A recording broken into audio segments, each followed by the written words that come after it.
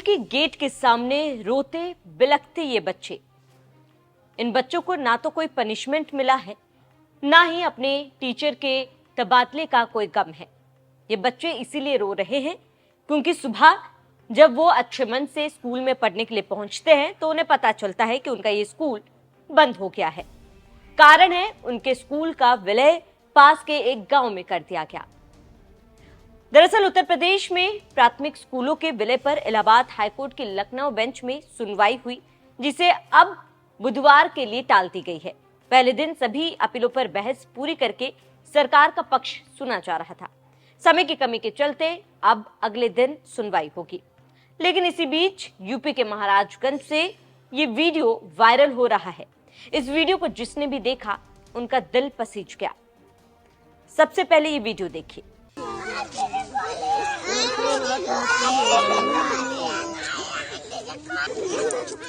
जब तक खुलेगा नहीं तब तक ये सब रोएंगी।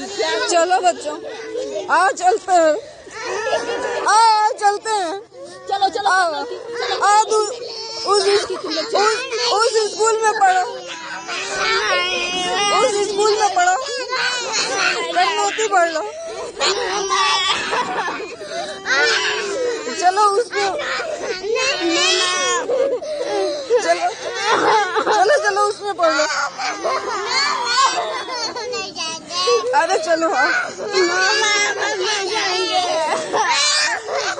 उत्तर प्रदेश के महाराजगंज में ये बच्चे एक बंद स्कूल के गेट पर खड़े होकर रो रहे हैं। वे पढ़ना चाहते हैं, लेकिन सरकार की तरफ से जो फैसला सामने आया है उसके बाद कहीं ना कहीं लगातार विपक्षी और इसके साथ ही इस फैसले के विरोध में जो लोग हैं उनका कहना है कि इस फैसले से बच्चों का भविष्य अंधेरे में ढकेल दिया जा रहा है। बच्चों के भविष्य पर हमेशा के लिए ताले लगा दिए जा रहे हैं। बता दें कि उत्तर प्रदेश में ये फरमान जारी किया गया है कि जिस भी स्कूल में 50 से कम बच्चे हैं उन तमाम स्कूलों का आसपास के गांव के अन्य स्कूलों में विलय कर दिया जाए, यानी कि मर्जर कर दिया जाए, ताकि बच्चों को ज्यादा सुविधाएं मिल सके।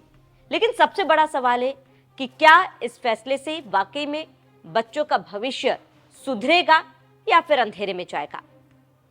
ये वीडियो वायरल होने के बाद आम आदमी पार्टी के नेता मनीष सिसोदिया ने बीजेपी सरकार को घेरा, उत्तर प्रदेश सरकार को घेरा। मनीष सिसोदिया ने ट्वीट कर लिखा कि उत्तर प्रदेश में बच्चे बंद स्कूल के गेट पर खड़े रो रहे हैं। वे पढ़ना चाहते हैं, लेकिन भाजपा सरकार ने उनके भविष्य पर हमेशा के लिए ताले लगा दिए। आज पूरा देश देख रहा है, बीजेपी की शिक्षा विरोधी नीतियां भारत को दशकों पीछे धकेल रही है।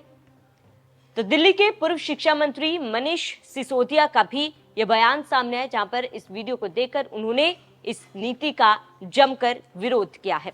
लोग सवाल कर रहे हैं कि जिस स्कूल में 50 से कम स्टूडेंट वाले परिषदीय स्कूलों का विलय करने की प्रक्रिया की जा रही है, क्या वो वाकई में बच्चों के हित में लिया जा रहा है। इसको लेकर जो आसपास के शिक्षक है, स्कूल के प्रधानाचार्य है, उनका भी ये कहना है कि इस फैसले से कहीं ना कहीं छात्रों को काफी ज्यादा परेशानी होगी।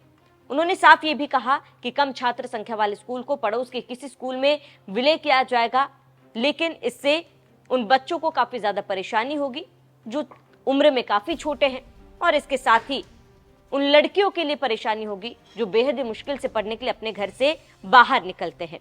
बता दें कि जिस स्कूल में 50 से कम स्टूडेंट वाले परिषदीय स्कूलों का विलय करने की प्रक्रिया शुरू की जाए, इसके बाद स्कूल शिक्षा महानिदेशक कंचन वर्मा ने सभी को बीएसवी से 50 से कम छात्र संख्या वाले स्कूलों का ब्यौरा मांगा। साथ ही उसके पड़ोस के स्कूल की जानकारी भी मांगी गई। इस फैसले से साफ किया गया कि कम छात्र संख्या वाले स्कूल को पड़ोस के किसी स्कूल में विलय किया जाएगा। यह भी देखा जाएगा कि ऐसे स्कूल के रास्ते में कोई नदी, नाला, हाईवे, रेलवे ट्रैक नहीं होना चाहिए। ऐसा इसलिए ताकि किसी तरीके की दुर्घटना ना हो। इस फैसले के पीछे सरकार का तर्क ये था कि सभी स्टूडेंट को बेहतर और सुविधापूर्वक शिक्षा देने के लिए ये कदम उठाया जा रहा है। राष्ट्रीय शिक्षा नीति 2020 और राष्ट्रीय पाठ्यक्रम की रूपरेखा 2020 के तहत स्कूलों के बीच सहयोग, समन्वय और संसाधनों के साझा उपयोग को बढ़ावा देना जरूरी है, जिससे हर स्टूडेंट को सुविधा साथ बेहतर शिक्षा मिल सके।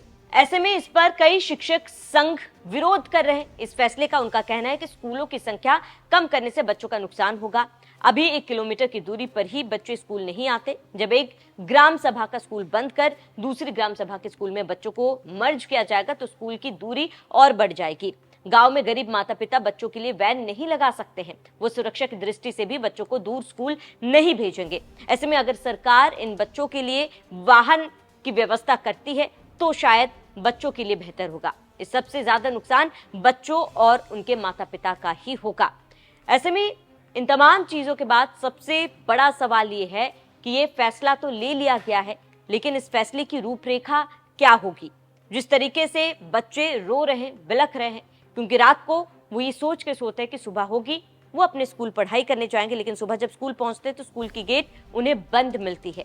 जिसके बाद इस पूरे मामले पर ऐसे में लोगों की मिलीजुली प्रतिक्रियाएं सामने आ रही। कई लोगों का कहना है कि इस फैसले के बाद कहीं ना कहीं ग्रामीण क्षेत्र में जो बच्चे हैं उनका विकास होगा और इसके साथ ही स्कूल में उनको कई तरह की सुविधाएं भी मिलेंगी। वहीं कई लोगों का ये भी कहना है कि ग्रामीण क्षेत्र में जो माता पिता ना वाहन की व्यवस्था अपने बच्चों के लिए करा सकते हैं और सुरक्षा की दृष्टि से भी माता पिता अपने बच्चों को दूर नहीं भेजेंगे, जिससे कहीं ना कहीं बच्चे पढ़ाई से, शिक्षा से वंचित रह सकते हैं।